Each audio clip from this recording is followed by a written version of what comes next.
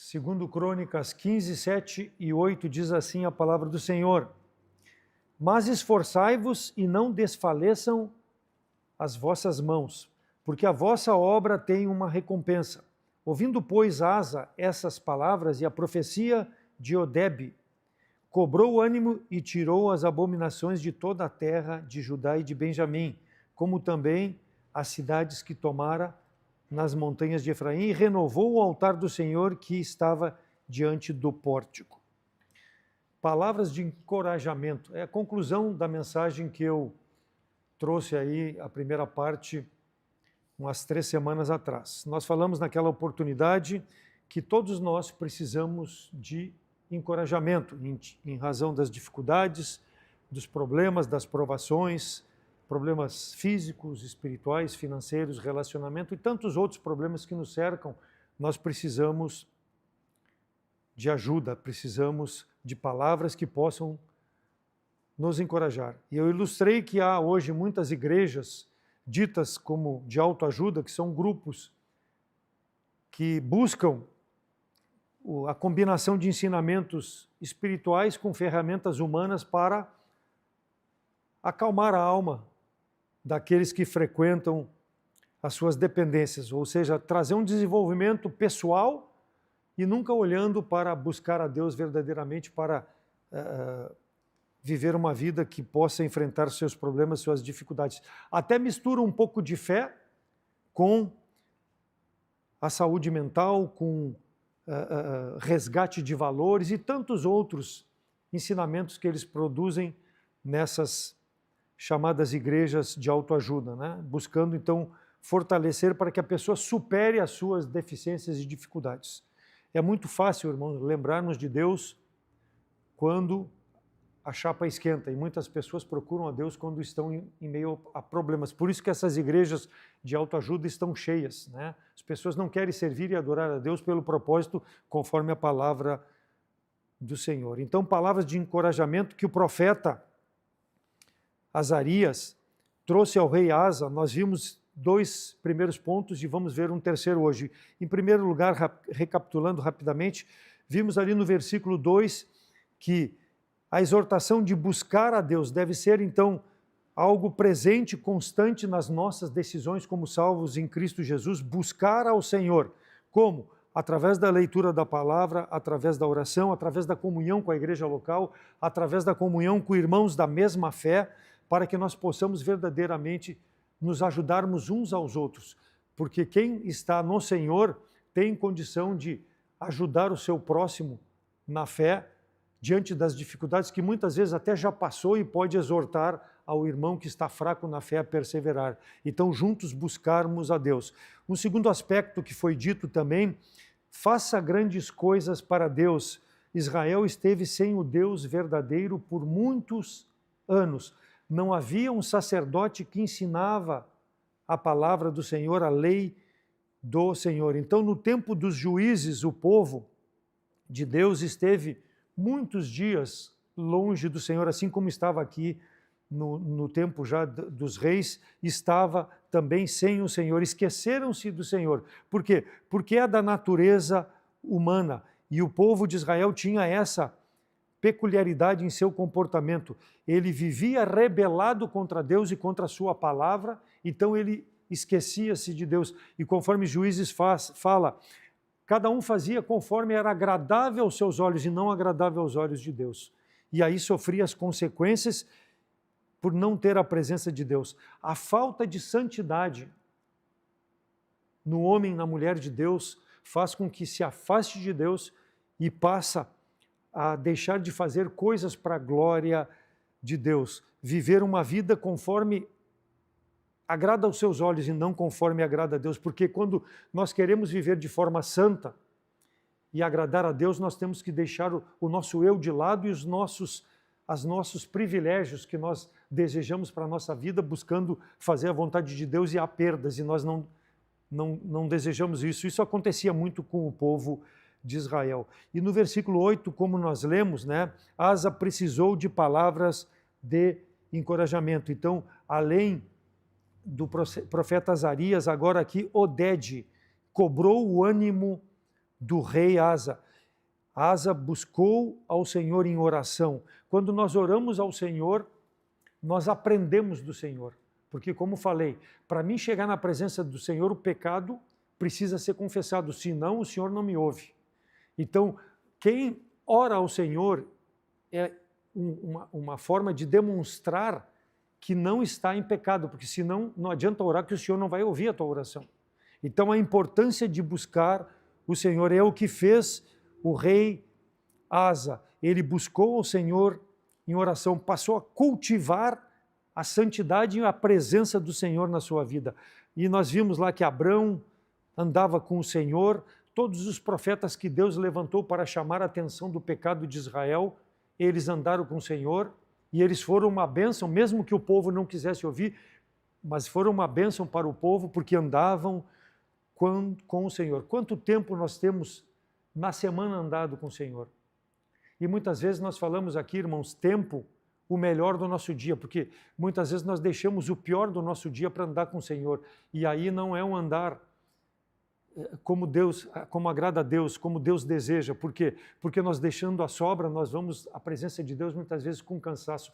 Quantas vezes eu me vi orando quando deitei e depois acordei no outro dia? Isso não é buscar ao Senhor conforme a palavra do Senhor. Nós precisamos cultivar esse momento a sós com Deus. E para isso a santidade, ela é necessária, a leitura da palavra, o entendimento, né? Assim como eu e a minha mulher praticamente temos 50 anos quase de casados, nós nos conhecemos profundamente. Conhecemos as nossas virtudes, os nossos defeitos, os nossos gostos. Nós nos alinhamos. E é assim que o Senhor deseja com o seu filho, que se alinhe com a palavra do Senhor, com a vontade do Senhor para a sua vida, que cultive esse momento especial.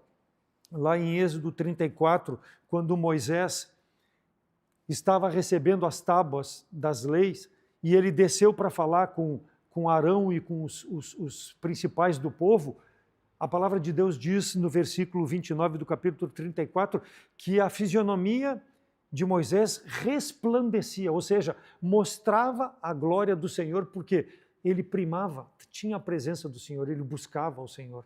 Né? Aqui por um motivo muito específico que era das tábuas da lei, mas nós devemos buscar ao Senhor pelo motivo que Deus deseja, que é a comunhão, para que nós possamos resplandecer a glória de Deus no caminhar pelo mundo, porque senão nós vamos mostrar o mundo com a nossa vida, se nós não primamos com a comunhão com o Senhor. Como fazer grandes coisas para o Senhor se eu não busco a presença do Senhor? Versículo 7 do nosso texto, então devemos fazer as coisas não esperando recompensa, esforçai-vos e não desfaleçam as vossas mãos, porque a vossa obra do Senhor tem uma recompensa. Servir ao Senhor não para ter um ganho, mas é importante porque quando nós comparecermos diante do Senhor, do tribunal do Senhor, nós vamos ter o que ofertar para o Senhor. Algo que nós fizemos para a glória do Senhor aqui nesse mundo. Não para a nossa glória, mas para a glória do Senhor. E depositar aos pés do Senhor. Hebreus 11:6 diz que sem fé é impossível agradar a Deus. E aquele que agrada a Deus pela fé e nele, ele vai receber o galardão por isso. Portanto, meus irmãos amados, sede firmes, constantes, como está dizendo aqui, esforçai-vos, não desfaleçam, constantes, sempre abundantes na obra do Senhor, sabendo que a vosso trabalho no Senhor não é vão. 1 Coríntios 15:58, quando Paulo exorta os coríntios. Então Deus é bom, mas para Ele se aproximar de nós, nós não temos que ser bom. Nós precisamos fazer a vontade do Senhor. Porque senão Deus não vai ser bom para nós. Ah, mas eu sou salvo, eu sou um filho de Deus. Deus não tem obrigação nenhuma para conosco, irmãos. Mas quando Ele vê uma vida de santidade, vê o prazer nós em estarmos em comunhão com o Senhor, em fazermos as coisas para a sua glória, Ele vai ter prazer e nos abençoar e nos recompensar. Então, palavras de encorajamento que nós vimos até aqui. Agora o terceiro ponto, versículo 7. Sede fortes, esforçai-vos e não desfaleçam as vossas mãos, porque quanto ao Senhor, seus olhos passam por toda a terra para mostrar-se forte para aquele cujo coração é perfeito para com ele. Segundo Crônicas 16:9. Em outras palavras, está dizendo aqui praticamente a mesma coisa para nós nos esforçarmos, buscarmos ao Senhor. A igreja contemporânea, ela é dividida muitas vezes, por quê? Porque os esforços de seus membros são contrários uns aos outros, porque não têm doutrina, porque não estão capacitados na palavra de Deus para tomarem decisões que possam ser para a glória de Deus, que possam refletir a glória do Senhor. Então a igreja muitas vezes precisa escolher um pastor, ela traz um pastor que não tem doutrina. Aí quando o pastor vem música ruim para dentro da igreja. Por quê? Porque não tem doutrina, não tem separação. Não é forte. Então a igreja precisa ser forte na doutrina, os membros precisam ser fortes no seu posicionamento ao lado da palavra de Deus, mesmo que o mundo diga algo que seja contrário à palavra de Deus, e o mundo faz isso, nós devemos ter doutrina, a palavra de Deus na nossa vida. Os olhos do Senhor estão sobre aqueles para ver quais são as intenções do nosso coração. E quando nós comungamos, como comunhão aqui na igreja local, nós precisamos ter o mesmo sentimento, o mesmo pensamento, conforme o próprio pastor Wesley fala lá em 1 Coríntios 1:10, nas reuniões da igreja, para que nós possamos ter o mesmo sentimento, a mesma decisão. Então, como está o meu coração, como está o teu coração nessas decisões doutrinárias? É forte? É ao lado da palavra de Deus ou ele é influenciado? A igreja de Cristo, então, precisa crentes fortes, famílias fortes, comunhão forte, líderes fortes, púlpito que pregue a palavra de Deus como nós temos pregado aí há 38 anos. Quando a liderança é fraca, seja na nossa casa, seja na igreja local, a igreja local vira um clube. A igreja local se perde, né? Eu sou oriundo de uma igreja em que está com as portas fechadas por isso. Porque era fundamentada, foi abrindo a guarda, principalmente para a música. Os membros foram saindo, até que o pastor entregou a chave da igreja lá na Convenção Batista do Rio Grande do Sul. Fechou a igreja. Não tem fundamento na palavra do Senhor, não é forte. Os membros não são fortes, a liderança não é forte, o resultado é esse. Não irradiam a glória de Deus com as suas atitudes. Então a exortação aqui, nesse momento do povo de Israel, para um líder, ser líder que Deus escolheu. Como é triste, irmãos, quando nós temos líderes que não são conforme a palavra de Deus. Olha só a liderança que Israel sempre teve e tinha e foi ter mais adiante. Segundo Crônicas 21:20, era da idade de 32 anos quando começou a reinar. Ele reinou em Jerusalém 8 anos e foi-se sem deixar de si saudades, e o sepultaram na cidade de Davi, porém não nos sepulcros do rei. Então era um problema crônico, não ser forte, falta de fidelidade. Asa foi forte, mas as gerações futuras não foram. O que aconteceu com o filho de Josafá, Jeorão? A Bíblia diz que ele fez tanto mal aos olhos do Senhor, como os reis que vinham antes. Ele casou com a filha de Acabe. Quer dizer, Acabe fez com que o reino do norte, Israel, se prostituísse atrás de deuses estranhos. Judá ainda permaneceu, por causa que casou com Jezabel. E aquela doutrina errada implantou a mente e o coração daquele povo. E o povo se afastou de Deus, assumiu um comportamento mundano por falta de força na liderança. E a palavra de Deus diz em relação a esse homem, Jeorão, foi sem deixar saudades de si. Quer dizer, foi sepultado longe dos sepulcros dos reis de Israel, que eram perversos. Ele foi sepultado longe. Por quê? Porque não teve um coração que seguiu a Deus, se prostituiu atrás de deuses estranhos. O que dirão de mim quando eu morrer? O Davi faz falta na igreja. Ou o Davi era mais um só, que só era um esquenta-banco e foi-se sem deixar saudade de si. O que tu tem feito, irmão? O que nós temos feito para que o dia que nós partirmos desse mundo, se não for através do arrebatamento, quando a morte chegar à nossa porta, o que as pessoas vão falar sobre mim, sobre ti? Lá um homem e uma mulher fiel de Deus. Eu quero me espelhar nele, como nós podemos pegar a palavra de Deus em Paulo. Por quê? Porque ele se espelhou em Jesus Cristo, eu me espelho em Jesus Cristo. Eu não me espelho nessas lideranças mundanas. A minha família olha para mim e pode dizer, meu pai é um homem de Deus, a minha mãe é uma mulher de Deus. Será que isso acontece na minha vida, na tua vida, irmão? Como tem sido o nosso comportamento? Foi sem deixar saudade. Por quê? Porque fez as coisas que não agradavam a Deus. Um homem escolhido para fazer a vontade de Deus e fez a sua. Isso acontece seguido dentro do meio cristão, porque Deus não é injusto para se esquecer da vossa obra e trabalho de amor que para com seu nome mostraste enquanto serviste aos santos e andais ainda servis. Hebreus 6, 10. Então, ao lado da perversidade de Jeorão, mas há o lado, conforme fala em Hebreus, daquele homem justo, daquela mulher justa, que serviu ao Senhor, né? Que quando sair desse mundo vai se lamentar que vai fazer falta. Que seja o teu desejo, irmão e irmã, trabalhar com afinco na igreja local, me apresentar, né? Fazer uma vida de testemunho junto aos familiares, na escola, principalmente os jovens, quanta dificuldade é nesse mundo perverso, ser a luz nesse mundo, sal nessa terra. As pessoas caçoam de nós, mas não importa, nós precisamos permanecer firmes. Por quê? Porque os jovens serão o futuro dessa igreja, onde vão constituir famílias que vão dar continuidade quando os mais experientes partirem. Então precisa ter esse sentimento em toda a igreja. Deus não é injusto, mas Deus também é justo, porque Ele não vai esquecer a minha, a tua falha e negligenciar o testemunho de vida que agrada a Deus.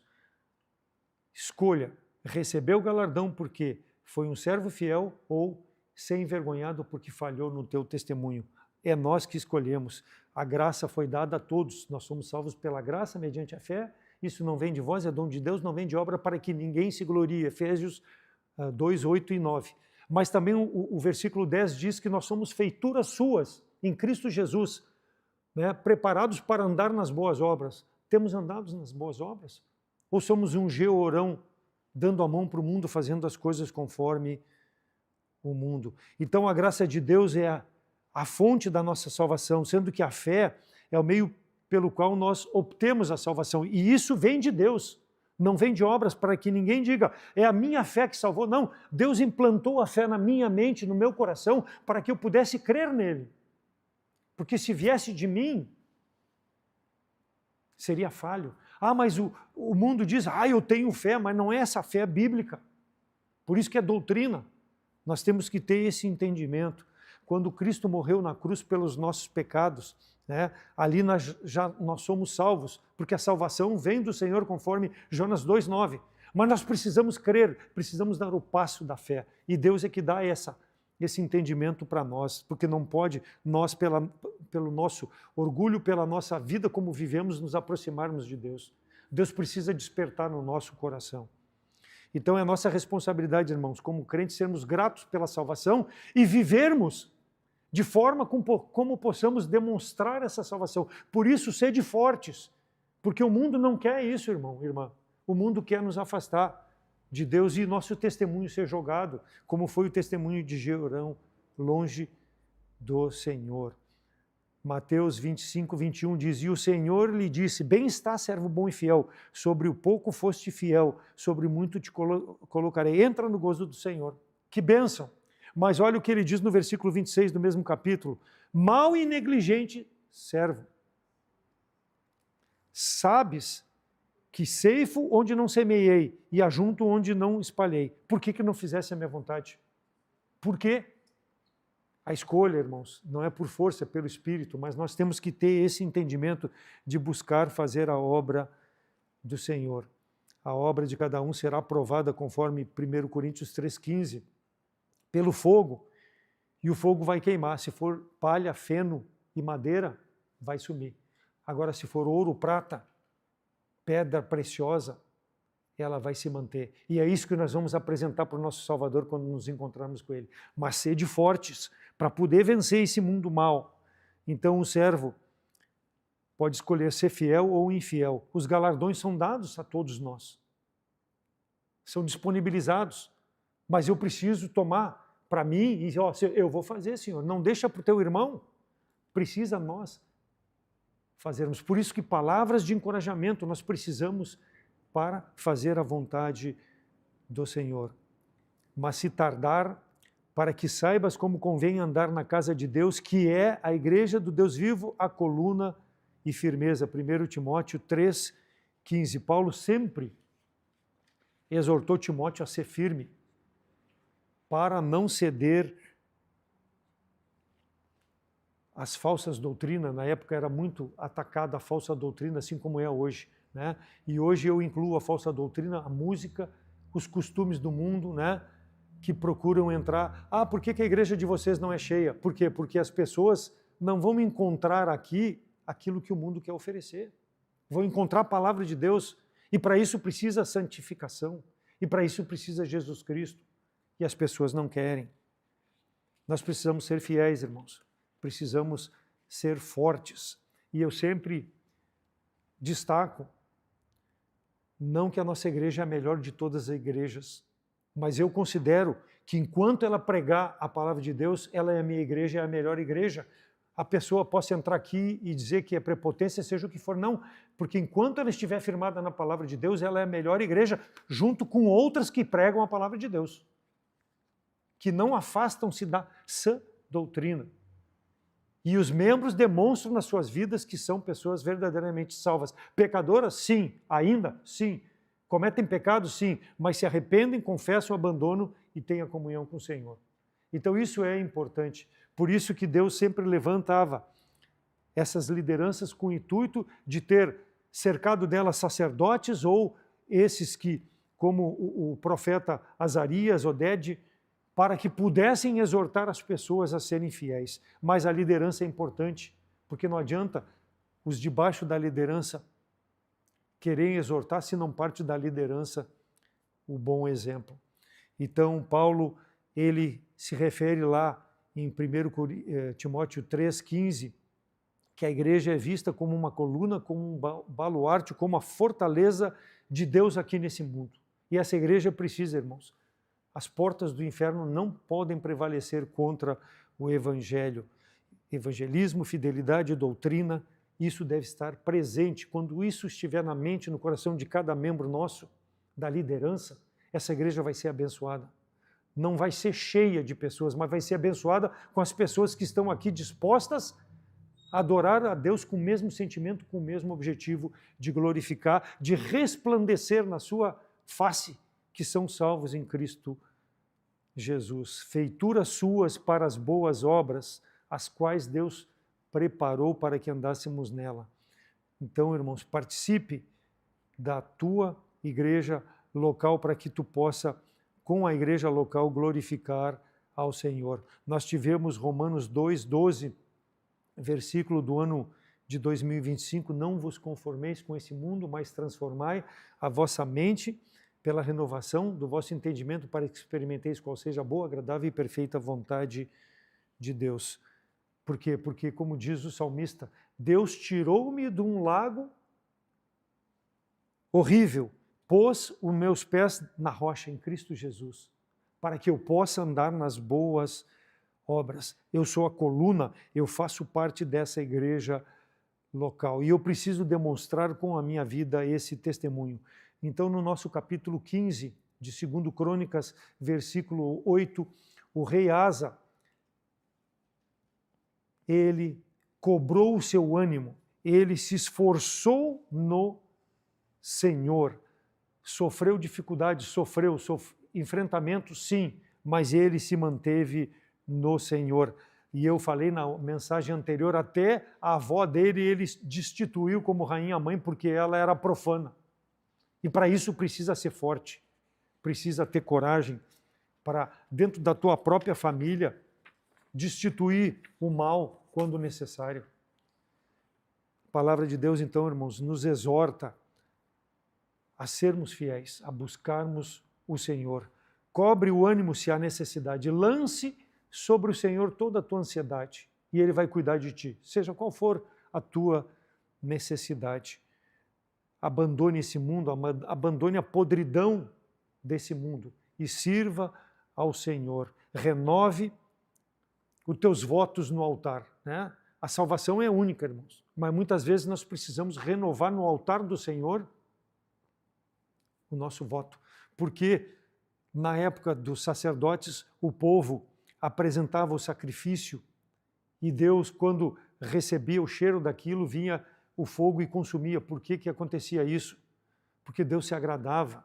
Então a forma daquele sacrifício ser apresentado era a forma como na época o povo tinha de mostrar o culto a Deus, a sua dedicação a Deus com aquilo que ele ofertava, das premissas que Deus, a gratidão a Deus por tudo aquilo que Deus representava para aquele povo. E Deus recebia quando era queimado o aroma suave. Então nós precisamos muitas vezes renovar o nosso entendimento, renovar no altar do Senhor os nossos votos de fidelidade, porque nós somos infiéis, mas o Senhor permanece fiel porque Ele não pode negar-se a si mesmo. Mas cabe da nossa parte, irmãos, de fazermos sacrifícios, ofertas santas, agradáveis a Deus, que é o nosso culto racional, com razão, sabendo que Deus vai aceitar, por quê? Porque eu estou vivendo de forma santa, irrepreensível diante do Senhor, né? E que eu sou a luz nesse mundo, o sal nessa terra. Então os sacrifícios voltaram a ser feitos, porque esses sacerdotes, esses profetas na época de Asa, ajudaram o homem, Asa, escolhido por Deus para liderar aquele povo a fazer a vontade de Deus. Que seja o nosso desejo. Cria em mim, ó Deus, um coração puro e renova em mim um espírito reto. Salmo 51, 10. Ou seja, me dá força, Senhor, para que eu possa fazer a tua vontade. Ore se há necessidade. O coração puro elimina as abominações, renova um espírito inabalável. O espírito precisa de renovação para que todos os pecados escondidos sejam confessados e abandonados. Não permita que o teu amadurecimento espiritual cresça dia a dia por causa de um pecado não confessado. Confesse. Deus vai ter prazer em te ouvir, te perdoar e restabelecer a confiança e a comunhão com o irmão. Que Deus, através da sua palavra, irmãos, possa criar em nós esse sentimento, esse coração forte de buscar fazer a palavra do Senhor. Por isso que o encorajamento é necessário, seja pelo irmão, seja porque eu estou buscando na palavra do Senhor dia a dia o que eu necessito, né? Seja pela pregação que foi feita, é para mim, né? Eu vou aplicar na minha vida e vou glorificar Deus. Amém?